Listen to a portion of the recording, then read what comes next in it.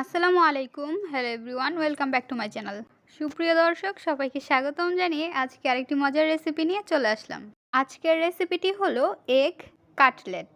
চলুন রেসিপিটি দেখা যাক। বিসমিল্লাহির রহমানির রহিম। নিয়ে নিচ্ছি 1 কাপ মসুরের ডাল। ডালটিকে ভালোভাবে ধুয়ে নিয়েছি। দিয়ে দিচ্ছি স্বাদ অনুযায়ী লবণ এবং অল্প একটু হলুদের গুঁড়ো। ডালটিকে আমরা ভালোভাবে সেদ্ধ করে নেব। ডালের পানিটি ভালোভাবে শুকিয়ে গেলে আমরা ডালটি নামিয়ে নেব। আমরা চেক করে নিচ্ছি ডালটি ভালোভাবে সেদ্ধ হয়েছে কিনা। একটি বাটি বা বলের মধ্যে নিয়ে নিচ্ছি ডাল। দিয়ে দিচ্ছি পেঁয়াজ কুচি। এখন এর মধ্যে দিয়ে দিব মরিচ কুচি। আরও এর সঙ্গে অ্যাড করে দিব চটপটি মশলা। আপনারা চাইলে চাট মশলাও দিতে পারেন। এর মধ্যে দিয়ে দিব পাউরুটি। এর মধ্যে দিয়ে দিব ধনিয়া পাতা কুচি। দিয়ে দিচ্ছি চিলি ফ্লেক্স 1 চা চামচ এবং দিয়ে দিচ্ছি অল্প একটু লবণ। এখন হাত দিয়ে ভালোভাবে মাখিয়ে নিতে হবে। একটু সময় নিয়ে ভালোভাবে মেখে নিচ্ছি। ভালোভাবে মেখে নেওয়ার পর একটি প্লেটে নিয়ে নিচ্ছি ব্রেড গ্রাম। এখানে আমরা নিয়ে নিব 2টি ডিম। 2টি ডিম ভেঙে নেওয়ার পর এর মধ্যে দিয়ে দিচ্ছি অল্প একটু লবণ এবং দিয়ে দিচ্ছি কর্নফ্লাওয়ার 1 চা চামচ। ডিমটিকে ভালোভাবে ফেটে নিতে হবে। ডালটি এখন আমরা কাবাবের মতো করে তৈরি করে নিচ্ছি। একটু লম্বা এবং চ্যাপ্টা করে নিচ্ছি। এখন ব্রেড গ্রামের মধ্যে মাখিয়ে নিব। ব্রেড গ্রামের মধ্যে উল্টিয়ে পাল্টিয়ে ভালোভাবে মাখিয়ে নিচ্ছি।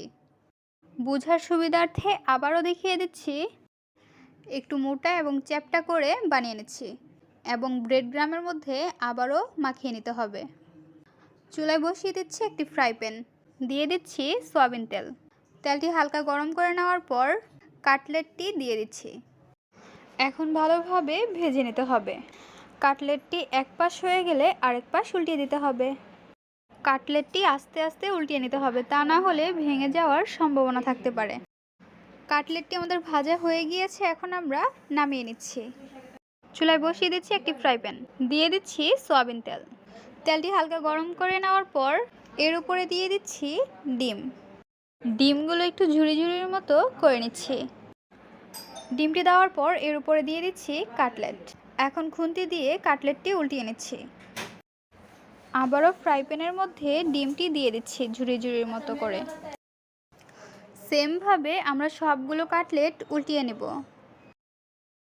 তৈরি হয়ে গেল ডিমের কাটলেট রেসিপি। এই রেসিপিটি আপনারা বাসায় গেস্ট আসলে তৈরি করে নিতে পারেন। খুব সহজ এবং খেতেও দ্বিগুণ মজা। ডিমের কাটলেট রেসিপিটি আপনাদের কাছে কেমন লেগেছে তা অবশ্যই জানিয়ে দিবেন কমেন্টের মাধ্যমে। ভিডিওটি যদি ভালো লাগে অবশ্যই একটি লাইক করে দিবেন এবং সাবস্ক্রাইব করে আমাদের পাশেই থাকবেন। আজকের পর্বে এখানেই বিদায় নিচ্ছি গাইস। আসসালামু আলাইকুম, ভালো থাকবেন সবাই। আল্লাহ হাফেজ।